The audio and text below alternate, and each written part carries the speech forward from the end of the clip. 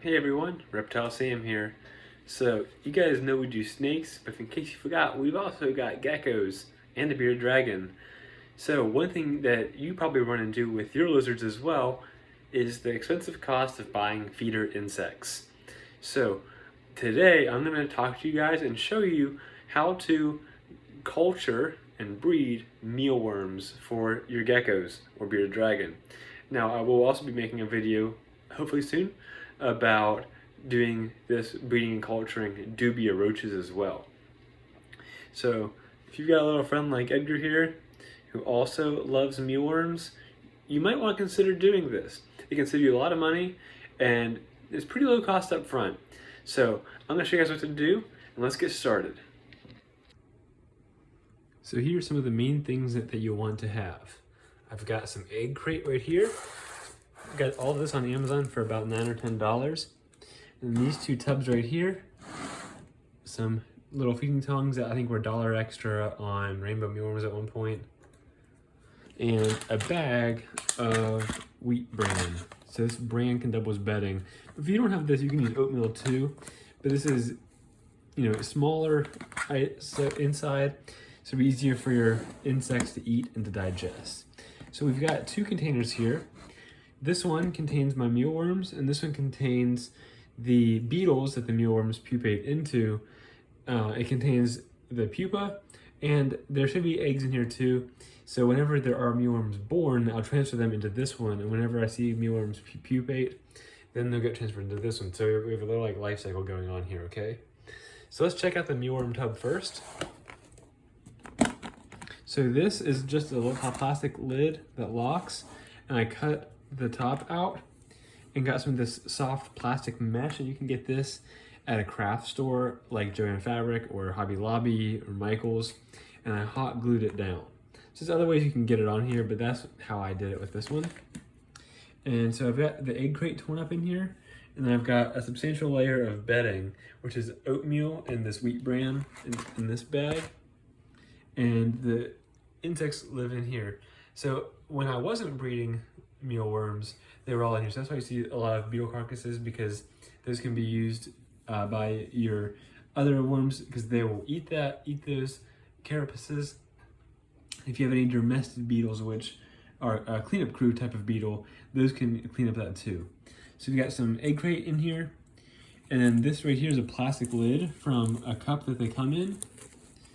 So you see there are some beetles that need moved over, like this beetle right here is going to get moved over. I'll go ahead and move this beetle over now. Just move that beetle into the beetle container. And so this plastic lid is something I can use, so it doesn't look like it did even just yesterday. But I put this plastic lid in here with the food and water crystals. So I use these water crystals right here. They're made for crickets, but they work for all of your feeder insects. So those water crystals can be used as a source of water for your insects, and you can put your food on here as well. And so for food, you're going to want to use mostly vegetables, so carrots, leafy greens, zucchini, squash, that sort of thing. You can do potatoes, but they're not as nutritious. So that's an option. So we've got our mealworms in here with a bunch of egg crate for them to crawl on. So that's what's called furniture. So you want to have plenty of furniture in here for your insects. And especially dubia roaches need even like a lot more. And we'll do dubia roaches in another video. So again, the exact same container, made the same way. I had a little hole here that I patched. So that's a patch of a hole. And so this one's a little bit more interesting to look at. So your beetles are going to use less furniture. You're probably going to have less beetles as well. Then you will have mealworms, but your beetles are going to use less furniture, so you don't need quite as much egg crate in here. I could probably even put this little piece of egg crate right here in as well, a little extra piece for them. And so what that furniture does is it quite literally adds square inches, if not square feet, to your colony. It gives them a lot more place to live and crawl, so they have more places to crawl in and out of, and they'll chew holes in it to make it how they like it, and they will breed in here, okay? So they're on oatmeal instead of wheat bran. I didn't have any wheat bran at the time I made this, so next time I do a full clean out, I'll add wheat bran into it. So we have our egg crate as furniture. We have some beetles in here, and ideally the beetles will mate in here and lay eggs. Now, beetle waste, which includes shed exoskeletons or the carapaces, as well as their feces, is called frass. And so I have drilled holes into the bottom of this container with the smallest drill bit I own, and I have it stacked on this old cup right here to give some elevation, so any frass can fall through those little holes into this tub down here. So, and this is just going to hold frass that falls through this main container, and some mealworm eggs might fall through. So that's another thing to keep an eye on. So, and one thing that's great about mealworms is they don't need or require any extra heat source. So as long as your reptile room is pretty warm, it'll be fine, and you won't need to up the heat. That's pretty cool. Edgar's right here. He's trying to climb off this little chair. Let's get Eddie.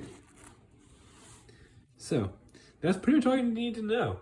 So you've got your tub for your worms that has a little plastic lid in it to put your food and water crystals on. As well as a lot of furniture. This plastic bin's really nice with a screen lid.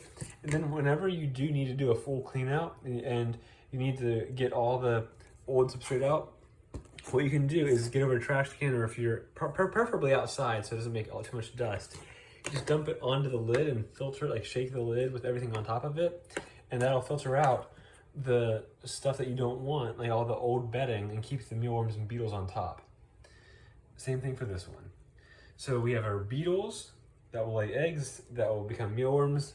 They come in here and live, and then when mealworms pupate, they will come into here to become beetles and lay eggs. So a little life cycle going on right here. And we use our mealworms to feed our geckos, and Bosk sometimes too, but she mostly gets dubia roaches. So I hope this video is helpful for you guys. So if you want a cool shirt like I'm wearing right now, check out the link in this YouTube video for my Redbubble shop, and check out my Instagram page at reptile.sam. So from Edgar and me and the rest of the crew here at Reptile Sam, we'll see you guys next time. Thanks for watching.